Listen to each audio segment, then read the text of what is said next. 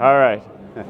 So, what we're going to talk about here for about a half hour or so, maybe. Give or take. So, all right. So I'm Jay, and that's Silent Bob. That's how we become to know each other while we were architecting the truck. No, actually, what we want to do is we want to talk not about the truck itself. We want to talk about a lot of the design decisions that went into actually building a data center in the back of an 18-wheeler that was described to us as a 6.0 earthquake for 6 hours constantly as it drove down the road. That was all the information we had. And we had to start with basically a blank slate, right? Yeah. So for real, I'm Chris Colotti. This is Jon Hildebrand. Hello. And we wanted to, if you have questions or things like that, if we have a way to take that, we can. But so why did Cohesity actually build this thing? Does anybody know about the Cohesity truck besides us? Because we lived there for 8 weeks. No. So we actually last year, I'll kind of give you the story. At our sales kickoff last year, it was our CMO announced that she was going to get a truck, and I met her a week after joining the company. Mm-hmm. She had a couple of glasses of wine, and looked at me and said, "So you're Chris?" And I said, "Yeah." And she said, "You're going to build a truck." And I went, "What?" So what we wanted to do is we wanted to build a rolling EBC, basically a briefing center. So this thing goes around the country. It has stops throughout the year. How many did it do so far? Do you know? It's been up to around maybe like 70-ish. Well, and I will say, you said the country, it's also gone through Canada as well. Yeah, that was a whole different story and interesting. But what we wanted to do was we wanted to bring it to customers who couldn't come to the EBC. We wanted to use it for events, for VMUG events, for partner events, for places where people hadn't been exposed to the technology. I think the first place we went, one of the bigger ones was Tech Data. We actually brought it to Tech Data shop in Phoenix so that all the folks at Tech Data could actually learn about the technology. We wanted to get more engagement, and honestly, it's a mobile billboard. I mean, anybody else, a NASCAR fan or a race fan, you know, when you see them moving around the vehicles, you know whose team it is. You know it's Roush, or you know it's Stuart Haas, right? It's a giant billboard going down the highway. And it was scheduled to do about 120 stops a year. So with this information, we had to figure out a bunch of stuff, right? Mm-hmm. Yep. Anything you want to add to this? No, so the one thing we should mention about the stops is the fact that the data center goes on and then it goes off. So for anybody doing any data center design, a lot of the times you never architect for the off part of it. It's usually a mad scramble. Yeah, does anybody actually turn their data center off 20 times a month? Well, besides you, because you work with us. This made my head hurt, okay? We're gonna get into some of the stories and the anecdotes, but yeah, this was the biggest thing. So since we're at VMworld, we wanted to kind of cover what is actually running in the back, because we get this question a lot. People see a picture of the data center and they're like, is it real? Is there actually servers back there? Is there really equipment? Yes, it's a ton of ESX servers. We've got Dell running the ESX nodes. We've got a couple Hyper-V nodes. We won't talk about those here. Well, some VCD nodes. Yeah, and I should already state that we should already update this because we've replaced the storage array. Sorry, Pure. There's no more Pure array. There's a Nimble array. Politics are a beautiful thing when you build one of these things. We could get into that too. But we used all Cisco Nexus switching. So there's a lot of gear that you don't see. It's actually on the back of the racks. It's all covered up. But we wanted to design it not only to be functional, but to be kind of visually pleasing. So we could have done this with a lot less gear. We don't use half of the compute power in the back of this thing. It's more about walking into the truck and seeing the racks and seeing the layout and having it be as much of a showpiece as it is a functional. So there's literally N plus probably 4 in some of these nodes. There's just not a lot of work running. More like N plus 14 at that point. But so one of the things I wanted to point out, so the GPS time servers. Oh, we'll get into that. So we will get into that? Okay. So, but pay attention to that because we've got a very interesting story that both of us just kind of looked at each other and went, oh, we have to solve that problem. There's a reason both of us have no hair from this project. So there's just a little bit of a logical architecture because we wanted people to understand, as we were designing this out, we said, okay, we can have a data center, we can have demo stations. How do we deal with, let's say demo user A trumping demo user B, doing the same demo, how do we work with that, right? And we do it a lot differently in the booth. We actually let them all run amok because we can support it. When this thing goes down the road, let it go. Like, it's gone. We don't touch it except for once every quarter. So we'll get into the maintenance part. So we had to figure out, if something happens and a demo station goes down, how does it not affect everybody else? So what we actually did was we built a pod-based architecture. So we actually used NSX for this and NSX gateways. So every demo station, when you're standing in a demo station, it's a completely isolated vApp from the next demo station. So each one is an exact clone of each other with the same IP addressing sitting behind an edge gateway. And that's how we get them to be isolated. But what we can do is if one pod goes belly up, we can literally deploy and clone that vApp from a template.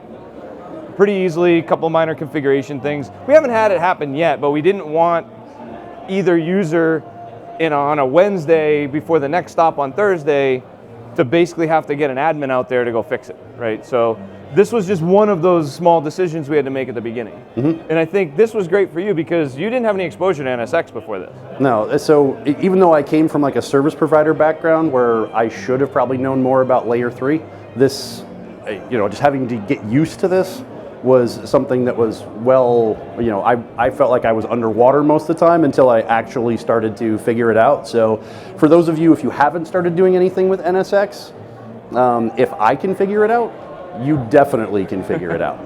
Well, when we get into the PowerShell stuff, that's where the roles got reversed. So one of the things that was really cool for Jon and I both was we had known about each other. We hadn't really worked together. We came to the same company.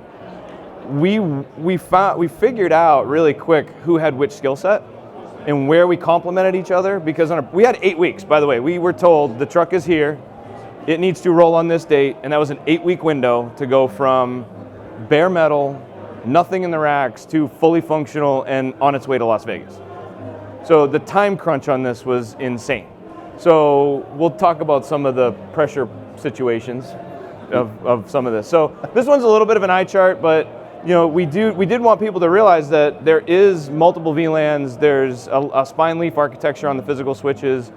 We built it just like a real data center. We didn't want people to walk in and think that it was smoke and mirrors. So it made it a little bit more to manage for us. But one of the other design considerations we had was, okay, if we're going to run NSX, how do we get to the out-of-band stuff? How do we actually get to the iDRAC cards? How do we get to the Cohesity nodes that have IPMI cards in them? So we had to develop a way for us to have VPN access without an NSX gateway as the VPN endpoint, because if for some reason vSphere or something in the stack blew up that was on the virtualization layer, we needed to get to the physical backend. So there's actually 2 dedicated VLANs that we have access to over a VPN tunnel with a 4G connection at all times. So in this thing, not when it's rolling down the road, but when it's parked, we actually have 4G access, we'll talk about in a second. So the more we started to think about this, the more our heads hurt, the more we lost sleep, the more the time window got smaller, and we had to really start drawing this out. And NSX was a big piece of it, as well as we have like some Ubiquity stuff running the edge gateway and whatnot. But when it's at the yard, we actually have a hardline internet connection. We can plug it into an actual public IP address.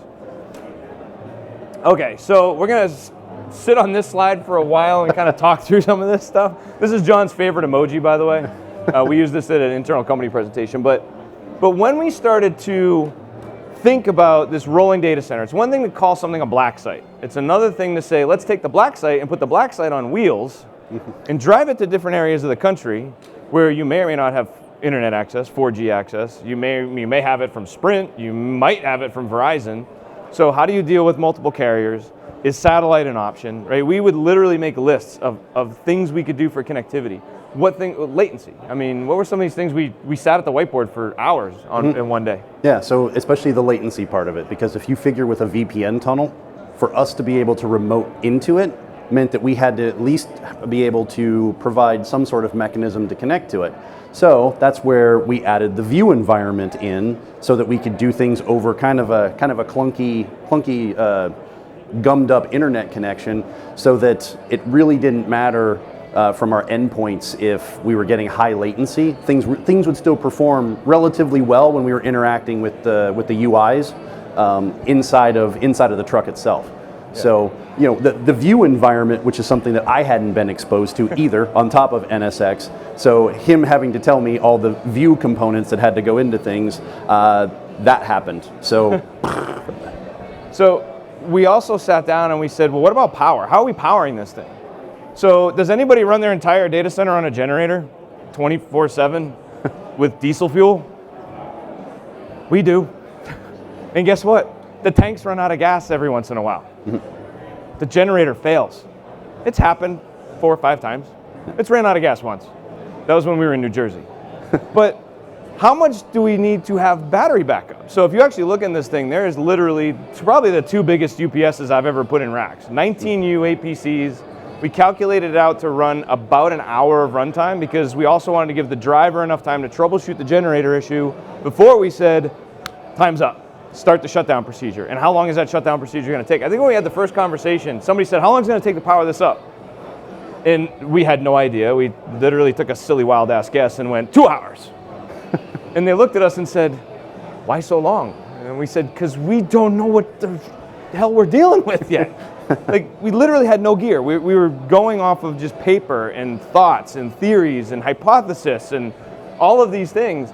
And I think, what is it at now? What is our startup time and what's our shutdown time? Startup's roughly around 30 minutes. Shutdown can go down in about 22. So once we started figuring that out, we knew how much we could have for a battery backup and how far we could go, right? So John wanted me to talk about the time synchronization. So we're standing at the whiteboard one day, and actually all these stories are true. So we go to Power Up vCenter and log in, and nothing's working. And so we quickly figure out it was a time sync issue. It wouldn't connect to AD, everything was AD integrated. And I sat there at my laptop and I went, all right, it's time issue, all right, wait a second. And I looked at John and I said, so let's suppose we get no internet where we're going. Where the hell are we gonna get NTP services? Because we had configured it to get NTP from time.nist.gov, and we're sitting on a hard line, and we're at the shop, and everything's happy. And he literally turned 5 shades of white. I thought he was going to pass out. Because he processed it and went, I don't know, because every data center I've ever built, the time came from the time servers that the network guys ran in the back of the shop. So how do we do this? We struggled with this for about a day. I took a trip up to Seattle for the weekend. I was sitting there having a beer with my best friend, and he starts Googling it, and he's like, did you Google it? I'm like, no, I didn't Google it. I haven't had time to Google it yet. And we actually found a company called Time Machines. If you open up the back of the racks, there's a 1U plate, and it has these 2 GPS time servers, and that's all they do. They run off of GPS antennas, like a Sirius satellite antenna, and they do nothing but dish out time. And we have 2 of them, because we did everything redundant, because you don't know if you're going to have a building on this side and nothing on that side. We wanted to make sure, we were not going to take any chances. So everything in the truck, when a network stack starts up, when they throw the breakers, the network switches come online, those GPS servers come online, and we wait about 20 minutes for everything to get booted up. And at that point, we can start his scripting procedure to do the startup. Well, and I'll mention also, not only that, but the storage array also comes up. Because especially on the shutdown procedure, especially with a couple of vendors that we've worked with, the realization was once you shut down all I/O to those storage arrays, you can basically pull the power all day long and no problem. I mean, we've literally been doing it for almost a year now against 2 different storage arrays and have had 0 storage array problems. We had this question, and I DM'd, I don't know if you guys know Cody Hosterman at Pure when we first bought the Pure. And we said, I hit him up on Twitter, I'm like, hey, hypothetical situation. How do you kill the power to a Pure like 20 times a month? And he goes, what? And I said, well, long story, but I just need to know, like, what's the shutdown procedure? He goes, honestly, once the I/O's gone, just pull the plug. And I said, what? He goes, no, it's perfectly fine, just pull the plug. So we tested it about 4 or 5 times, and sure as shit, comes up every time. Now there's an HP, and it does the same thing. Yeah, so, but that was the big thing when we were talking with HPE about that same storage array. We were like, have you tested this? Yeah, and they kind of looked at us like, no, nobody's ever asked us before. So apparently we tested that for them. Yeah. Rack stabilization was a big issue. So that the trailer came to us with the racks. So we didn't actually build the racks. The company, you have to understand how this stuff works. We learned a lot about the trucking industry. So the trailer company, they build custom trailers, but this one had been built for someone else that leased it. So we actually leased the trailer. The driver owns the tractor. So he tows it, and we wrapped his truck, and we have to unwrap his truck, which we've already done once and then rewrapped it. But we started to load gear, and what we figured out was when they built the racks, they must have built it like 8 or 9 years ago. And we started putting in hyperconverged stuff that weighs a lot, and the rails started to bow out as we were racking gear. So we stopped, and we said, okay, new problem.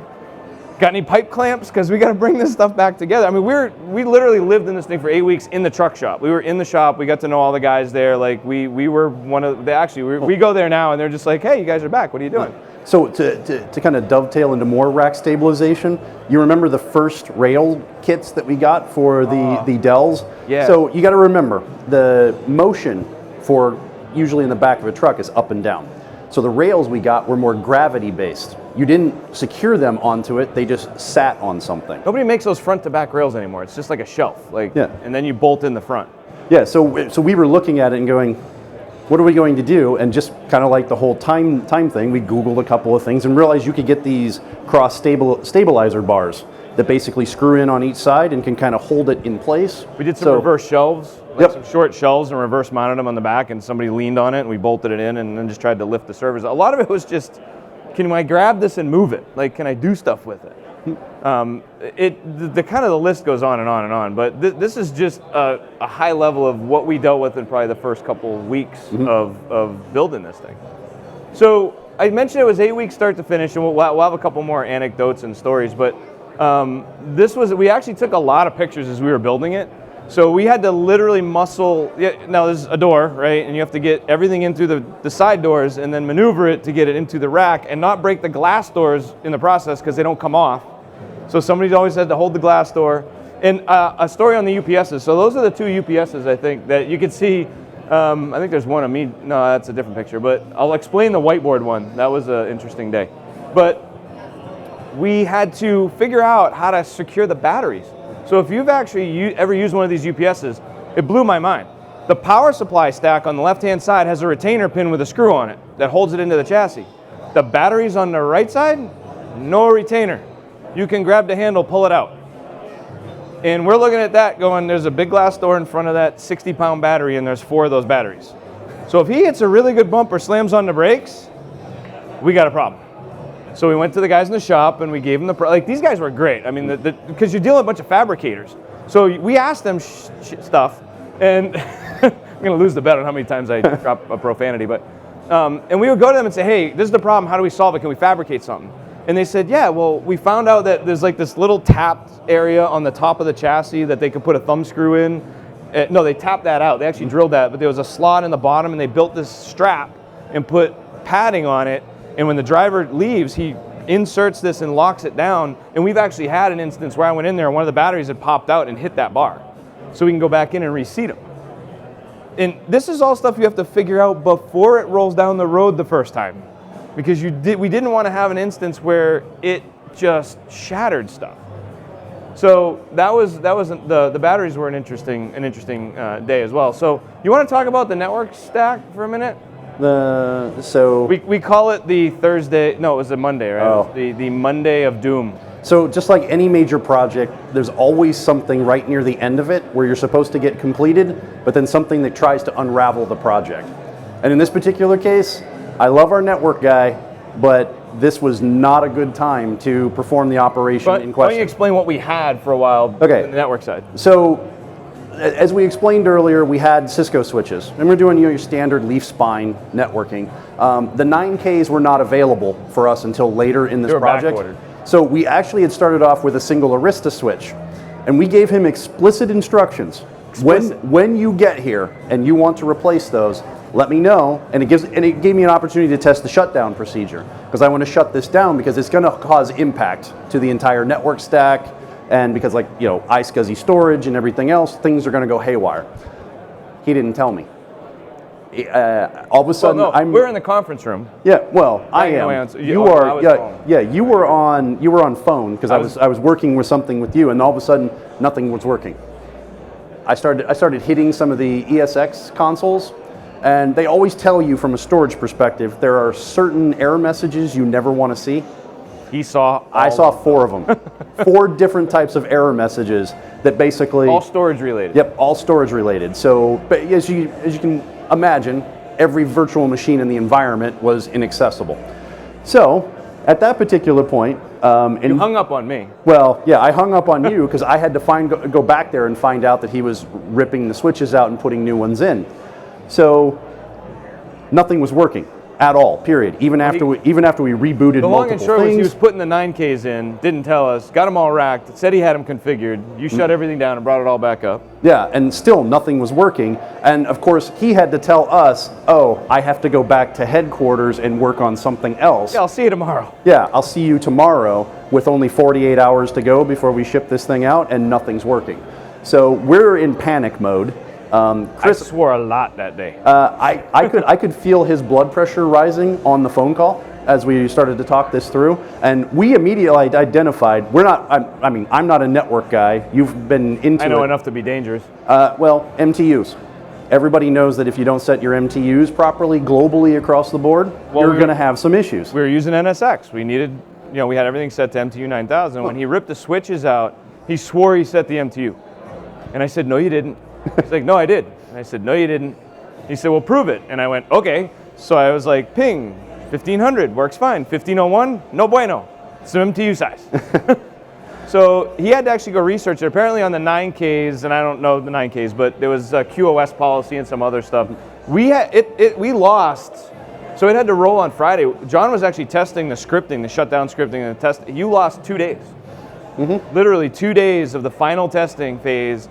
So we had to follow the truck to Vegas. He was working on the scripting while it was at its first show, while I was actually in the back working on something else. Like, we actually traveled with it for the first couple weeks because the bugs and worked some stuff out, and did the retainers work? Did stuff really fly out of the racks? Are we going to have issues? And yeah, that was, we had some tense times. I mean, I've worked on a lot. How many of you guys have worked on projects that you thought you were going to kill the guy you were with or girl you were with?